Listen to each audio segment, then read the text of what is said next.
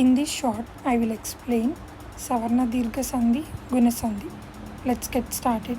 సవర్ణ దీర్ఘ సంధి ఆ ఈ ఊరులకు అవే అచ్చులు అనగా సవర్ణ అచ్చులు పరమైతే వాటి దీర్ఘాలు ఏకాదేశంగా రావడమే సవర్ణ దీర్ఘ సంధి అంటారు. ఒక రకమైన అచ్చులను సవర్ణ అచ్చులు అంటారు. ఒకే రకమైన అచ్చులను సవర్ణ అచ్చులు అంటారు. ఉదాహరణకు భానుదయం, భాను ప్లస్ ఉదయం.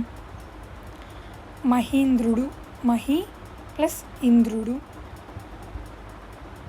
నెక్స్ట్ గుణసంధి అకారమునకు ఈ ఊరులు పరమైనప్పుడు క్రమంగా ఏ ఓ ఆర్లు ఏకాదేశమగుట గుణసంధి అంటారు.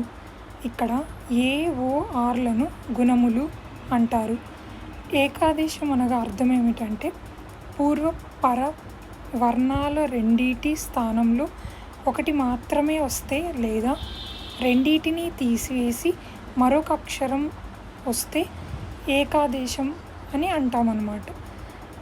ఉదాహరణకు ఉపేంద్రుడు, ఉప ప్లస్ ఇంద్రుడు. పురుషోత్తముడు, పురుష ప్లస్ ఉత్తముడు.